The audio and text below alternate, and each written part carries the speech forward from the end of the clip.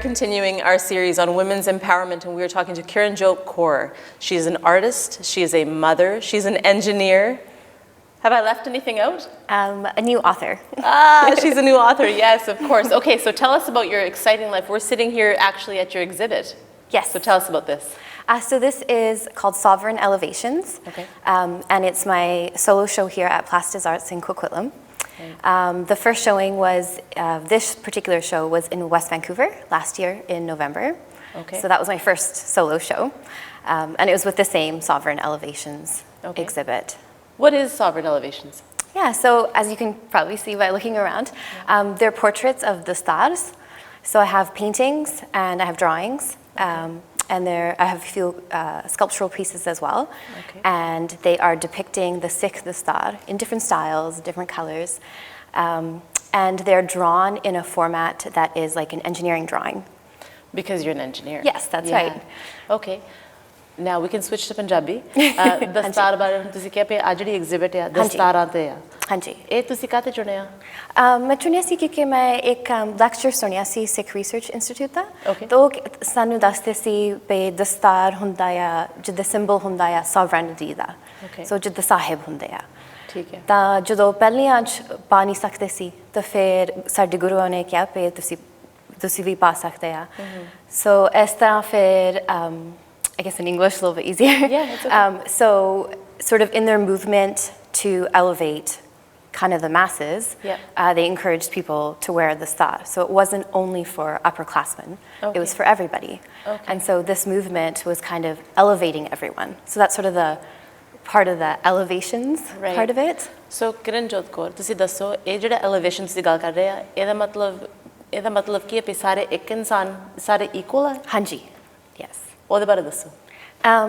So it's not just equality ਵੀ ਅਸੀਂ ਕਹਿੰਦੇ ਹੁੰਦੇ ਵੀ ਸਾਰੇ ਇੱਕ ਆ ਪਰ ਇੱਕ equity ਵੀ ਹੁੰਦਾ ਆ ਵੀ ਸਾਰਿਆਂ ਨੂੰ ਜਿੱਦਾਂ equal access ਸਾਰਾ ਕੁਝ ਲਈ ਸੋ community ਬਾਰੇ ਵੀ ਉਹਨਾਂ ਨੇ ਸੋਚਿਆ ਸੀ ਸੋ ਇਹ ਜਿਹੜਾ exhibit ਆ ਇਹ ਮੈਂ ਚਾਹੁੰਦੀ ਸੀ ਵੀ ਸਾਰੇ ਜਿਹੜੇ ਦਸਤਾਰ ਪਾਉਂਦੇ ਆ ਮੇਰੇ ਆਲੇ ਦੁਆਲੇ ਮੈਂ ਦਿਖਾਉਣਾ ਚਾਹੁੰਦੀ ਸੀ ਵੀ ਇਹਨਾਂ ਦੇ ਸਟਾਈਲ ਕਿੱਦਾਂ ਆ ਤੇ ਥੋੜਾ ਜਿਹਾ ਇਹ ਕਾਹਤੇ ਪਾਉਂਦੇ ਆ ਸੋ ਮੈਂ ਇੱਕ ਸਵਾਲ ਵੀ ਪੁੱਛਿਆ ਸੀ ਉਹਨਾਂ ਨੂੰ ਵੀ ਤੁਸੀਂ ਕਾਹਤੇ ਪਾਉਂਦੇ ਆ ਤੇ ਕਈਆਂ ਨੇ ਆਪਣੀ ਆਵਾਜ਼ ਦੇ ਵਿੱਚ ਵੀ ਦੱਸਿਆ ਸੀ ਕਿਉਂਕਿ ਮੈਂ ਤਾਂ ਪਾਉਂਦੀ ਨਹੀਂ ਸੋ ਮੈਂ ਇਹ ਕਹਿਣਾ ਸੀ ਵੀ ਕਾਹਤੇ ਲੋਕ ਪਾਉਂਦੇ ਆ ਸੋ ਤੁਸੀਂ ਕਿਹਨੂੰ ਪੁੱਛਿਆ ਸੀ ਵੀ ਤੁਸੀਂ ਗੱਲ ਕਰ ਰਹੇ ਆ ਵੀ ਤੁਸੀਂ ਕਿਸ ਨੂੰ ਪੁੱਛਿਆ ਹਾਂਜੀ ਕਿਹਨੂੰ ਪੁੱਛਿਆ ਸੀ ਸੋ ਸਾਰੇ ਜਿਹੜੇ ਹੈਗੇ ਆ ਸਾਰੇ ਜਾਂ ਫਿਰ ਮੇਰੇ ਫਰੈਂਡਸ ਆ ਜਾਂ ਕੋਈ ਸਾਡੇ ਪਰਿਵਾਰ ਚੋਂ ਠੀਕ ਹੈ ਸੋ ਤੁਹਾਡਾ ਗੋਲ ਕੀ ਹੈ ਤੁਹਾਡਾ ਮਕਸਦ ਕੀ ਹੈ ਇਹ ਐਗਜ਼ਿਬਿਟ ਦੇ ਨਾਲ So there's a few different themes. So the elevation in terms of elevating community, but also the drawings are called elevations. So looking at it from sort of an engineering perspective. And when you have a drawing set in engineering, each drawing is required in order to build, say, a building or a design. So what I've done is I've shown the start from a front view or a side view or a back view. So it's sort of, if as an artist, you're looking at a two-dimensional image, it's easy to think of that as a three-dimensional image. And then being an engineer like that, that's also a way that we look at things. So what I wanted to present was these images of the stars and show them as actually portraits of the wearer. So we're used to seeing portraits, you know, even in Indian art and everything, any sort of traditional art, you see their face, you might see like kind of like their bust or whatever. But this, I wanted to show that it's not a headdress, it's not a hat, it's actually part of the wearer's identity, and it's part of who they are. So it's a new way of showing a portrait. I really like it because it almost makes it, you know, when we were younger, it feels like it was almost like looked down upon to wear that and be like, you know, all the kids were getting their haircuts and it was like, I don't want to wear that, you know, I'll be made fun of. But it's almost gone the opposite now, where it's become kind of cool. I mean, I'm looking at your exhibit and it's colorful, it's beautiful. There's a lot of selection, and people are embracing the heritage rather than shying away from it. Exactly, and the whole idea, I mean, of wearing one is to stand out. So it's to stand out for that responsibility that you take for your community. And so that's something that I want to show. And I also wanted to show it to kind of like mainstream population who lives here. Because, I mean, I live and grew up in BC, and you see them all over. And so they already exist, they're already there. So just to bring it into the art world, because art helps us communicate aspects of community that maybe would be silent otherwise. Right. Yeah. Well, you're able to make it more relevant to everyone. Because That's right. if you've got it in an art form, people can actually understand it better. Yes. Absolutely, Yes. I can see that. And you've got programs here for youth that you've been doing workshops and stuff here at this location. Yeah, so I've been lucky to be able to do some workshops for, it's actually all ages. Okay. And so I'm teaching how to do an illustrative kind of cartoon style, and I call them bean bodies. Okay. So we're using bean shapes Right. to draw people. Okay. And I use beans because I say they're round and they're irregular, Right. and they're not all the same, just like we are. Oh, that's And clever. so as part of the series and part of the workshop, I also try to teach people how to draw a dastar or a parka for kids, Nice. so if Yeah. we're drawing cartoons. I encourage them to draw like different eye shapes and different nose shapes and look around them and see which types of features we all have. Wow, rather than the traditional white Barbie we used to play with. Exactly. Now we've got, right? Yes. I get you. Yes. So Okay. so growing up, that's actually one of the reasons why I started doing illustrations. And I do coloring books for kids, and I started this series. It's called Little Sahibs. Okay. And so it's just to kind of celebrate what different kids look like instead of Absolutely. the standard kid. And growing up, I mean, I learned how to draw from Mr. Dress Up. I love Mr. Dress Up. Mr. Dress Up, yes. And so anything that I learned how to draw or anything that I saw on TV had a very particular look to it. Yeah. And you can't help but gravitate towards that. Of course. You think that that's kind of how things should look, and that's Right. what art should look like. Right. But as you get older, and as I had my own kids, Yep. you realize, well, they should be able to see themselves so that Yeah. becomes normal. So isn't it interesting now that you are actually shaping the future's perception of art with these new Yes. images rather than Mr. Dress Up? You've got something new. And these Exactly. kids will grow up and one day have the same conversation about what they learned. Yes. So it's perfect. It's kind of poetic in a way. It's nice, yes, yeah. So yeah, you're doing a lot of things with children, and specifically you're talking about illustrations, which Yes. actually brings me to my next point about you. I mean, there's so much to talk about with you, but you have a book, Yes. Sangeet and the Missing Beat by Kiranjot Kaur. This Yes. is amazing. Thank you. And this girl here, that looks a lot like you. It maybe does, yes. Okay, so tell us about this. Yeah, so I came up with a story idea a few years ago. Yeah. And because I'm an artist as well, it was sort of a natural extension to want to illustrate it as well. Of course. So I created some sort of preliminary images, and it started with Sangeet, like she was the inspiration. Yeah. And the concept of the book is a little girl who plays tabla. Perfect. And growing up, I mean, you go to the gurdwara all the time, you're surrounded by our culture, but I've never seen a woman play tabla. And it's not that there are any barriers, it's just kind of never happens. And sort of similar to, I guess, my background too, in engineering, there's still fewer women than there are men, but there's no particular barrier or reason why. It's just sort of one of those things that's kind of gone on. Right. So in the spirit of kind of who I am, I wanted to write a story about a girl who plays tabla. Yeah. And so she's inspired by a sound on the playground, actually a bunch of sounds, to come up with her own beat. So she also composes her own beats. Right. And so she goes home and she tries to do her beat, but it's not quite finished. It's a little bit unfinished. Right. And so the story is about her learning to finish her beat. Right, and the Yeah. missing beat. Yes.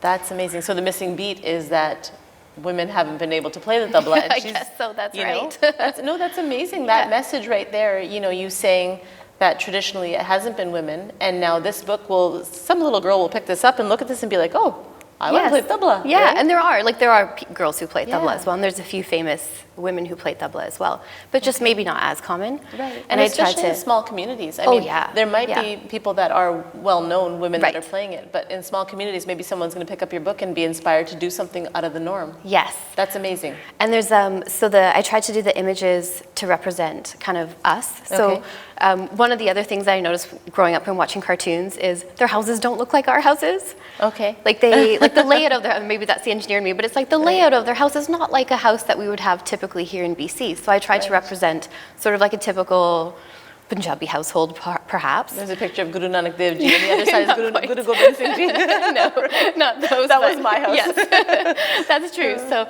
she actually has images in her room that represent people doing things that are perhaps unconventional. So there's a male dancer, there's a woman scientist, and she wears a hijab. So it's just about showing kind of, so if there are those barriers, like what if we imagined that those barriers weren't there at all? Yeah. And what would that look like? So that's what I wanted this book to look like. Not that she's necessarily overcoming some adversity, just that there is no adversity. Let's just see what she can be. Never limit your potential. Exactly. You can do anything, right? Yes. That's what it is. Okay, so you've got your books. Because you have the Little Sardars, is that? Little Sahibs, yeah. Little Sahibs. Yeah, so those are coloring books that I just make on my own. And then where can I find those? You can find them from my website. There's a link to my Etsy page. Right, so. okay, perfect. That's exciting. Yes. And so you've got your exhibit here. Yes. And you've got your book and then your coloring books. Yes. And you're an engineer. Currently I'm back at school. Oh my goodness. Oh, are you? Yes. You can't get enough school, my goodness. No, I love school. Oh my goodness. Well, good, you enjoy. Thank you. And then you're a mother to two beautiful girls. Yes. Yes. Tell me about your girls, because you've got a lot of hats, like, well, a lot of the stars, if you will. But no, you've got a lot going on. Mm-hmm. So now you tell me about being a mother. Yeah, so I worked in engineering, in consulting, doing bridge engineering. Wow. For quite a few years. Yeah. And then Gaysri was born. So ever since my first daughter was born, she's 6 now, I didn't go back to work. Right. And I've been off, kind of focusing on my art as well. Okay. But I always knew that I wanted to spend time with my kids when they were younger. Yes.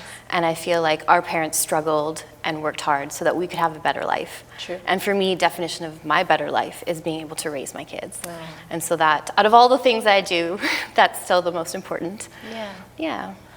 Wow, that's amazing. And then and the fact that your girls are getting to see you pursue things that you have passion Yes. for. That's key. You know, I think so, they're growing up, they're becoming strong, independent women as well. Absolutely. Do they do anything that kind of reminds you of yourself? Do you see Lots anything? of things. Do But they? what I find is really neat is being surrounded by art. So I do a lot of abstract art as well. Okay. And my youngest one, she said, or maybe it was the oldest one, but they said when they were really little, said, "Mom, come here, let me show you something amazing." And I was like, "What is it? What is it?" Okay. And I went into the room, they're like, "Look, it's beautiful." And it was just one of my paintings, and it was maybe just some like colors striped onto a canvas. Yeah.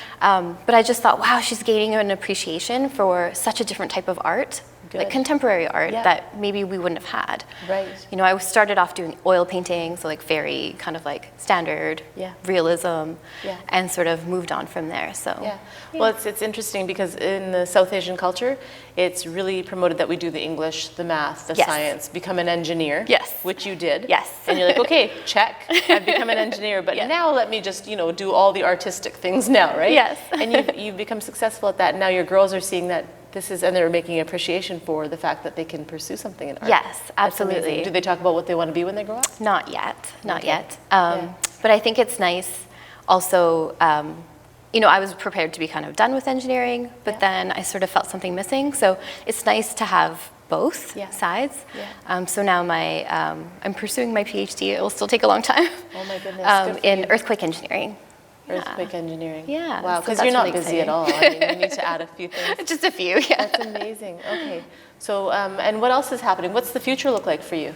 Hopefully finishing my PhD soon. Yeah. I'm working on different art series. So lately I've been trying to kind of come up with an entire series. Okay. So this series was about my heritage, of course, and there's a painting behind me of my Nana ji, who's a huge influence on my life. Okay. And the current series that I'm doing is actually entitled Darshan, which was my Nani ji's name. And so they both passed many years ago. Okay. But they still have kind of hold place really near and dear to me. Wow. And so my current series, Darshan, is really about motherhood and celebrating women, of course. And so I'm excited about that series as well. That's amazing that you're paying like an homage to both of them. Yes. I mean, that's amazing. Do you talk about them with your kids? I do, yes. Yeah. They always ask. They're like, where's your Nani ji? I'm like, well, she's not here anymore. Right. But, Did your Nani ji influence you at all in being a strong woman? I think so. Yeah? Yeah, absolutely. I actually had a lot of strong women figures growing up. Talk about that. If you can mention whoever inspired you and kind of gave you the mindset that you have today or encouraged you. I think sometimes influences are, you sort of realize what's influenced you as you get older. True. So when you're younger, you might think that something's influencing you and then something else comes out later. So at this point where I am in life now, this series, I'm also writing a series of poems in kind of like a book form, hopefully. Okay. Yeah. So lots of women, of course, have inspired me, and my current work through writing is actually trying to explore those inspirations. Okay. And so my focus is on, it's kind of called My Mother's Mother. So so my last name is Kaur, and I think the importance of that is that I'm tracing my heritage through matriarchy. Right. So my matriarchal lines, and I think that's so beautiful, and that's something that I can pass on as well. And so, you know, each generation, it's through patriarchy, it just sort of ends up happening. Right. But there's kind of half of a history that you're potentially not thinking about. Not that it's not there, the influence is of course there. Right. So each generation, if you take off half, what are you kind of left with at the end? So I'm trying to build that back up. Yeah. Well, that's women's tracing empowerment heritage. right there. Yes, exactly. I mean, the fact that we take our husbands' names when we get married, Right, yes. that right there is, now we can question and be like, well, wait a minute. Yes, and we're so lucky that we were given an alternate path. Yeah. So for us, it's Kaur, right? Yes. I think the translation for Kaur is actually prince, which is really interesting. Not princess, but prince, because they are the ones who inherit everything. So I'm here as a Kaur, like prepared to inherit everything. So it's so in terms of influences, going back to that. So it's not just my mother; it's my mother's mother, Right. and her mother before her. Right. Yeah. So you know who your mother's mother's mother was? No, not specifically. Okay. No, but this is sort of the theme that I'm trying to explore. The reason I ask is because in India it seems like they didn't have a lot of documentation on. That's right. You know, anybody really, like Exactly. even birth dates and stuff. It's like, when were you born? Well, it was hot that day. You know, that kind of thing. Exactly. So that's really cool that you're trying to figure out, you know, the lineage on the matriarchal side instead of the. Is that, Yes, on the matriarchal side. So even if not knowing exactly who that person was, it's sort of the influences that come through. So it's like you see your mother living her life. And I was just talking to my mom this morning, and I was saying, you know, it's not so much that the story repeats itself, it's that it's the same story. So it's the same story that's kind of coming. Yeah. And when my second daughter was born, there's sort of, I had this like profound thought. You know, you have times in your life where you have these sort of thoughts that really inspire you. Yeah. And my thought when she was born was, I felt like I was meeting my mother for the first time. And it was just everything, like I feel like I met her for the first time. What she was like when she was younger, what she must have been when she was a young mother. I feel like I was connecting to that. Whereas as her child, maybe you don't connect to those things. Right. You grow up, you live your own life. So let me understand this. So Yes. becoming a mother, you were able to kind of understand your mother's maybe perspective. Yes. And understand who she was. Exactly. Isn't that interesting? Yeah. Because I think as we get older, we look at, when we're young, we look at our parents and think, well, they're just old. Yes. But they were also a They were 5-year-old also, child. exactly. They were a 10-year-old. Like, That's right. They had dreams. Yes. You know, Yes. your mother wanted to be certain things in her life. Exactly. And now you're making that future for your girls, and they can be anything that they want to be. Yes. Yeah. Yeah. So I think it's amazing that you're doing all of these different things and encouraging, you know, youth to become whatever they want to be, and especially females. You know, it's wonderful. And we were talking off camera about the fact that you teach the kids how to draw a braid. Tell me about that. Yeah. So I sort of. When you go to draw a braid, it's a little bit confusing with the geometry when you're drawing it to get the structure right. So after fiddling it for a few times, I came up with like a very easy way to draw it. Okay. And so when I do the workshop, I like to teach people how to draw the braid. And it's by looking at my braid, because I have really long hair. Right. And it's so nice because when I'm showing the kids now, in this day and age, when I'm showing them like, oh, I actually have hair down to here, they're like, oh, really? Right. That's so neat, or that's so cool. And of course, when we were growing up, that maybe wasn't the same sentiment. Right.